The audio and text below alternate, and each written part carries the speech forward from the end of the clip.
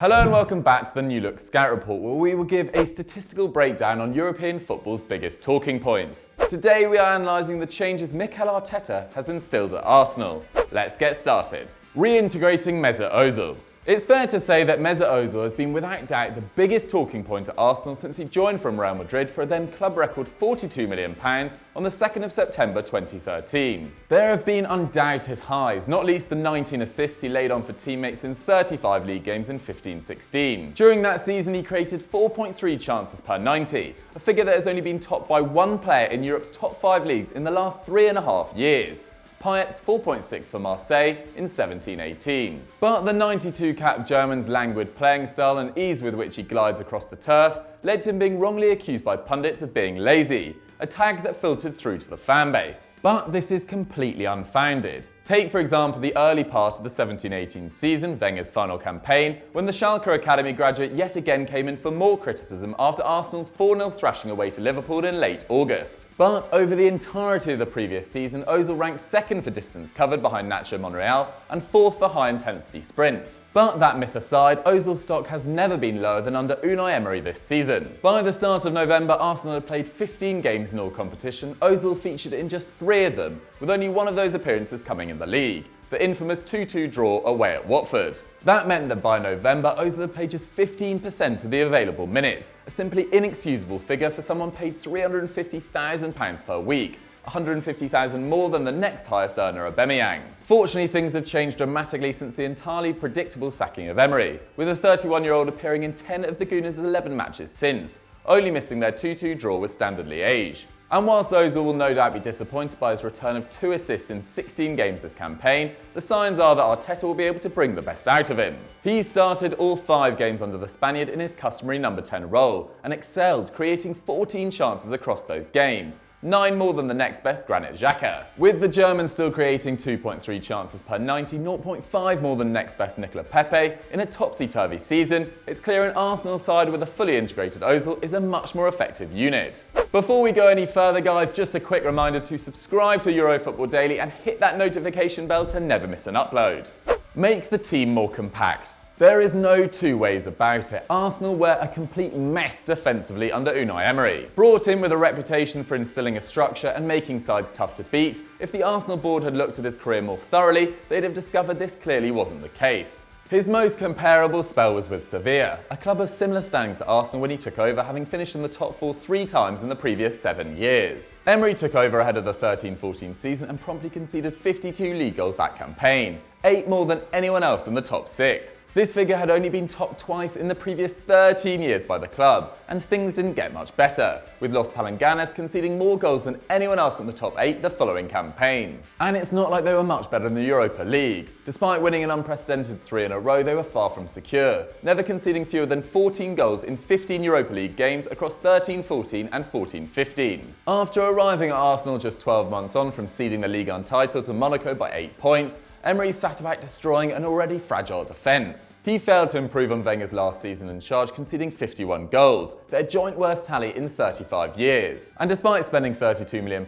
on Kieran Tierney and David Luiz last summer, and having had a full pre-season to work on shape, structure and organisation, Arsenal regressed even further this campaign. They conceded 19 goals in his 13 Premier League games in charge, the 8th worst record in the division. If you extrapolate this to an entire season, they would concede 55 league goals, their worst since 1984. And it didn't look set to improve either, with the side conceding 14.4 shots per game in the league and being regularly torn apart by so-called smaller teams, facing 31 versus Watford, 24 to Wolves, and 21 to their 19th place Southampton. Despite being unable to field Bellerin and Tierney in a league game yet, as well as losing the resurgent Callum Chambers to injury, Arteta's side have conceded 10.3 shots per league game despite playing 2 of the traditional top 6 in Chelsea and United. That would be good enough for 5th in the Premier League if taken across a whole season, and is 0.4 fewer than notoriously tight Atletico Madrid are conceding this season in La Liga. Having shortened the distances between the lines, energised Arsenal's pressing and finally brought the best out of David Luiz, more on that later, Arteta's defence is set to become increasingly miserly throughout 2020.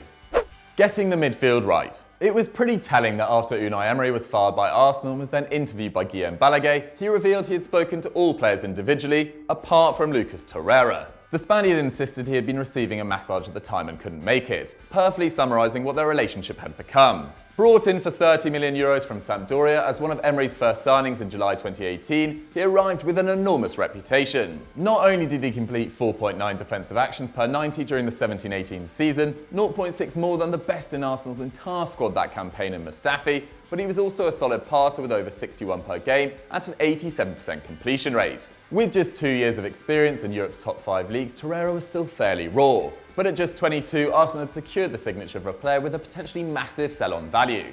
Fast forward just 17 months to December 2019 and Torreira was visibly unhappy playing under Emery. Tossed around positionally and often given large swathes of ground to cover almost single-handedly, his manager was beginning to get on his back. Just a week before being handed his P45, Emery said he was playing good last year. This year he's not been consistent, but my challenge to him is to improve, to do better with some tactical issues on the pitch. Take it to the present day and Torreira is thriving in his preferred position of midfield destroyer as part of a more structured Arteta system. Despite Arsenal's average possession dropping slightly from their season average of 53.7% to 52% in Arteta's first 4 league games, the 23-cap Uruguayan's involvement has spiked, with his passes per game rising from 34 to 49. But Torreira is not the only midfielder currently enjoying a new lease of life under Arteta. Granit Xhaka, heartbroken from the fallout of the Crystal Palace incident which saw him stripped to the captaincy, was reportedly very close to returning to Germany with Hertha Berlin prior to his appointment. The 82-cap Swiss international has played every single minute he's been available for, bar being ill for the game against Chelsea,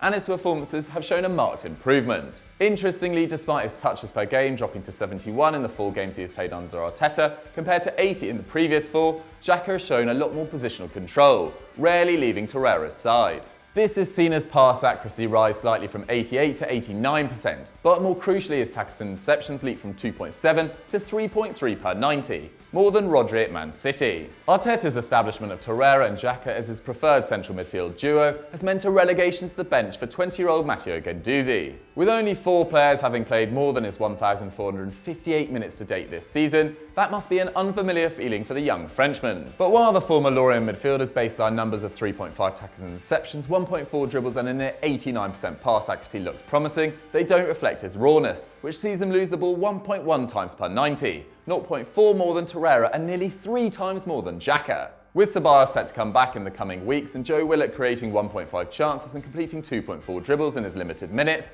Arteta's midfield is suddenly looking well stocked with options.